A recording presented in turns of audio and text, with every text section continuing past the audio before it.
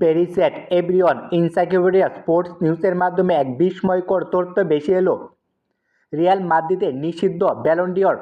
Real মাদ্রিদের Brazilian footballer Vinicius Junior Ballon d'Or পাননি। আর তাতে বড্ড ছুট পেয়েছে তার ক্লাব রিয়াল মাদ্রিদ। তার সেটা এখন এতটাই যে আগামী কয়েক মাস ব্যালন ডি'র নিয়ে কোনো কথা উচ্চারিত করবে না রিয়াল মাদ্রিদ নামক ক্লাবটি। মাদ্রিদ ভিত্তিক ক্রীড়া দৈনিক মার্কায় ভাষা, রিয়াল মাদ্রিদের ব্যালন ডি'র যেন নিষিদ্ধ কিছু। ফুটবল বিশ্বে যে দুইটি ব্যক্তিগত পুরস্কার সর্বোচ্চ মর্যাদাবার বলে বিবেচিত হয় তার একটি হলো ব্যালন ডি'র। এই বছর অক্টোবরের শেষ সপ্তাহ পুরস্কারটি জিতেছিলেন ম্যানচেস্টার সিটির স্প্যানিশ মিডফিল্ডার রদ্রিগো। ভিনিসিয়াস পুরস্কারটি না পাচ্ছেন না এমন খবর পাওয়ার পর অনুষ্ঠানটি বয়কট করে দিয়েছে রিয়াল মাদ্রিদ। গত সপ্তাহে 2024 ফিফা দি বেস্ট পুরস্কার জিতেছেন ভিনিসিয়াস জুনিয়র।